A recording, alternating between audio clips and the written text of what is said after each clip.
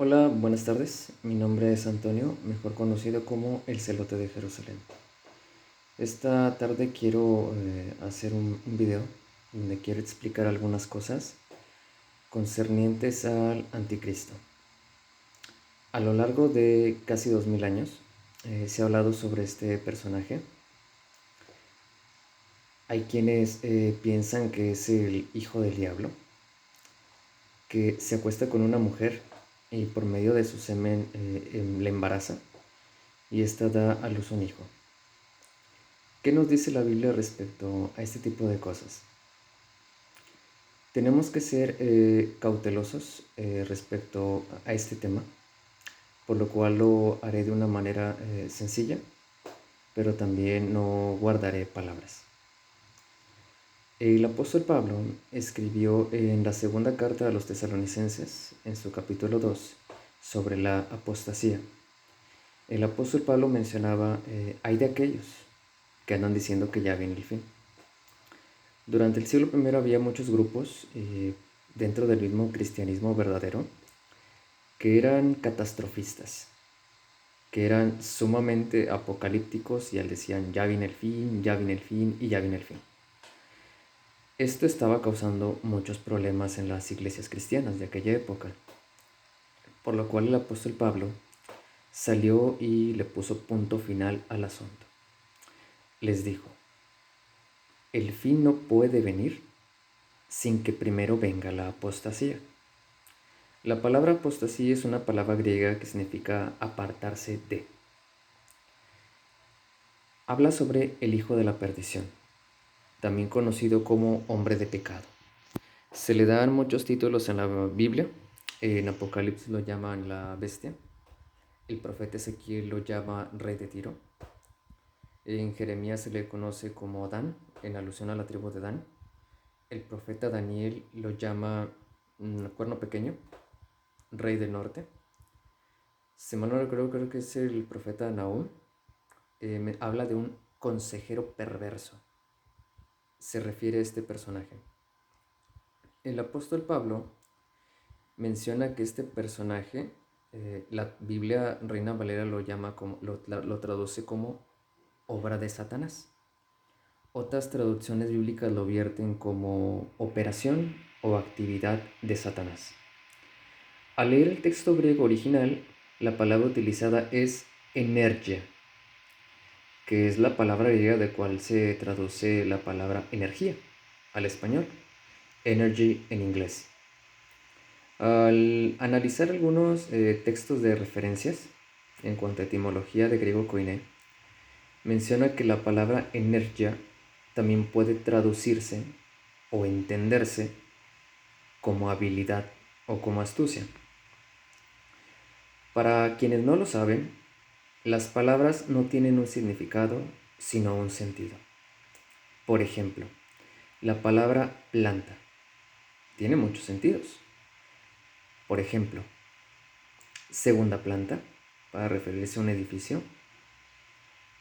Planta eléctrica, una especie de generador para cuando se va la luz. Planta de la mata, o sea, tener, no sé, rosas, ese tipo.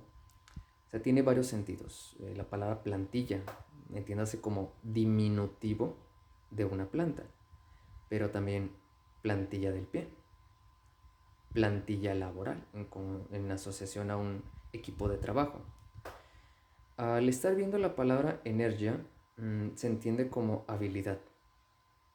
Otras Biblias les comento, lo traducen como operación.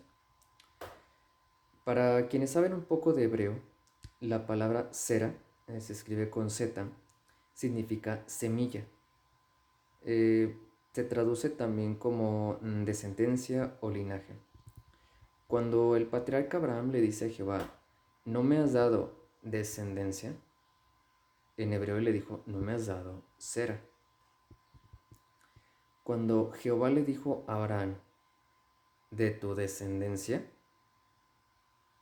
Jehová le dijo en hebreo, de tu sera o de tu simiente. En griego, la palabra sera, que viene siendo como semilla, linaje, descendencia, es esperma, del cual se traduce espermatozoide para la semilla de la procreación. En ese texto bíblico, en 2 Tesalonicenses, capítulo 2,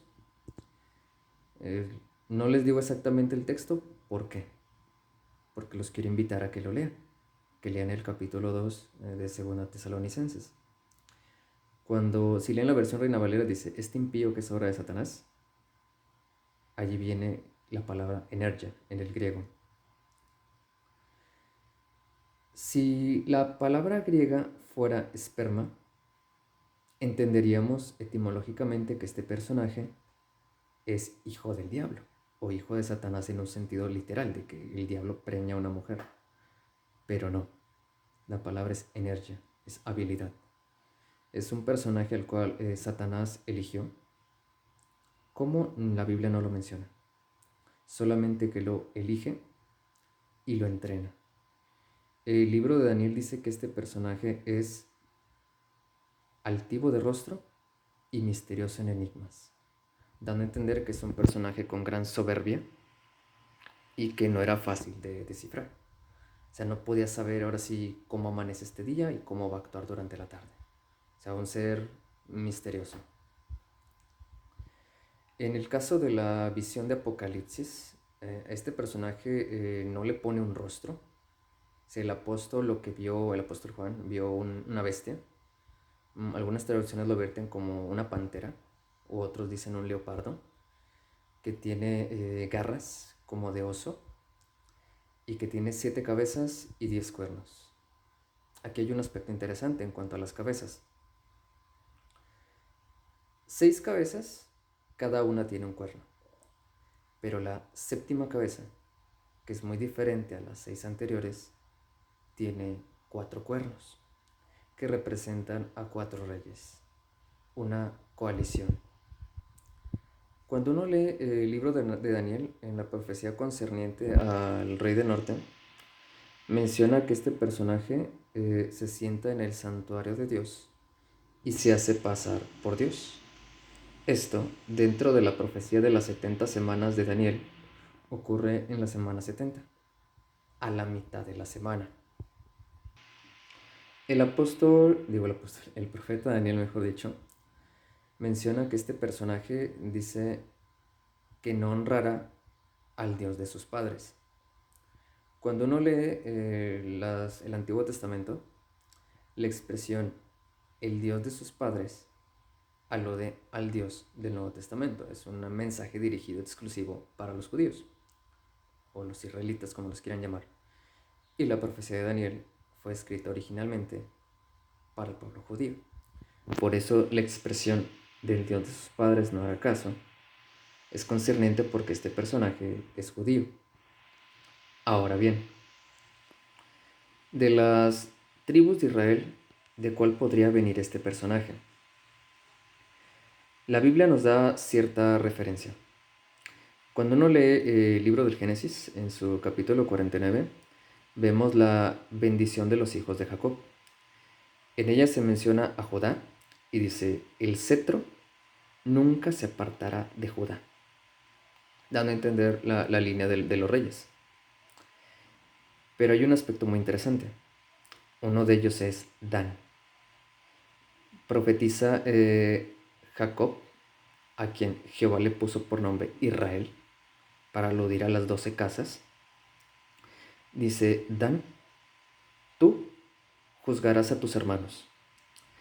Serás como una serpiente en el camino, como una culebra que muerde los pies del caballo y hace caer hacia atrás al jinete. Tu salvación espere en Jehová. Cuando uno lee el libro profético de Jeremías, del capítulo 1 al capítulo 15, hay muchas referencias a la tribu de Dan.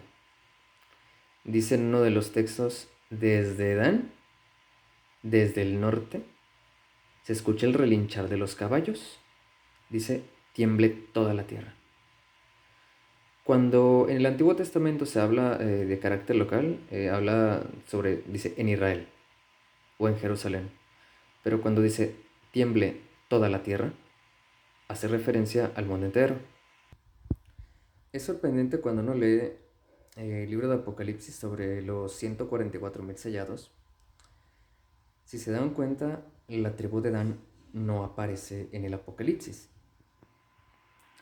Ahora bien, ¿qué creían los cristianos de los siglos I y II? Al leer la obra Contra las herejías, libro 5, de Ireneo de León, habla respecto a este personaje y de el origen. Menciona que viene de la tribu de Dan, que es judío, y dice: por eso la tribu de Dan no está entre los que se salvan en el Apocalipsis. Cuando uno lee el libro de los jueces, es el capítulo, el capítulo 18, si es el capítulo 18, se habla sobre las malas acciones de los hijos de Dan. Menciona que ellos fueron a la tierra de Efraín, al norte, y llegaron a la casa de un hombre llamado Micaya. Micaya había mandado hacer terafines. Estos son figuras de adoración pequeñitas, como si fueran muñecos, y que comenzó a crear imágenes fundidas sobre dioses y dioses de talla. Tenía un levita, y este levita, a causa de recibir dinero y alimento, techo y cobijo, era el sacerdote de esos dioses. Incluso dice que tenía un efod. Esto es como un cuadro que se pone en el pecho, y venían sobre las 12 tribus de Israel. Venían el esmeralda, el zafiro y ese tipo de piedras preciosas. Los hijos de Dan se quedan con las figuras, con esos dioses paganos, y se los llevan a más al norte. Dice que llegan a una ciudad llamada Lais. Era una ciudad de Sidón, una ciudad sidonia, pero vivían muy lejos de los lugares más poblados de Sidón. Dice que los hijos de Dan llegaron, mataron a todos los habitantes y se quedaron a morar en ese lugar.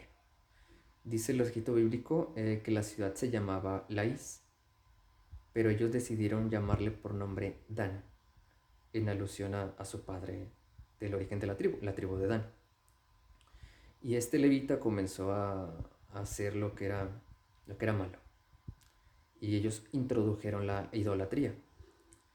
También se menciona que eran encantadores de serpientes, o sea, tenían la capacidad de domarlas.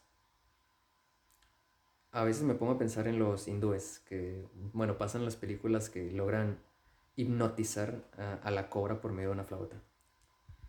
Y la tribu de Dan tenía cierta fijación por las serpientes, pero también por la adoración falsa. Esos son los argumentos por los cuales se da cierto hincapié en por qué la tribu de Dan fue desheredada.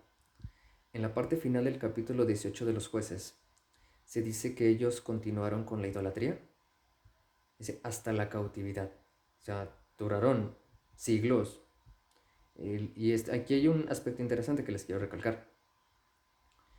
Ellos iban al templo en Jerusalén, al templo que construyó Salomón.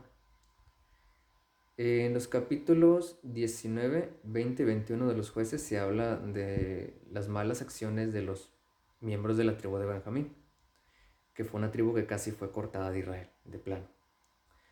Y entre los que lucharon contra Benjamín estaban los de la tribu de Dan, y también estaban los de Judá, porque a pesar de que ellos adoraban a Jehová en Jerusalén, ellos no abandonaban su idolatría.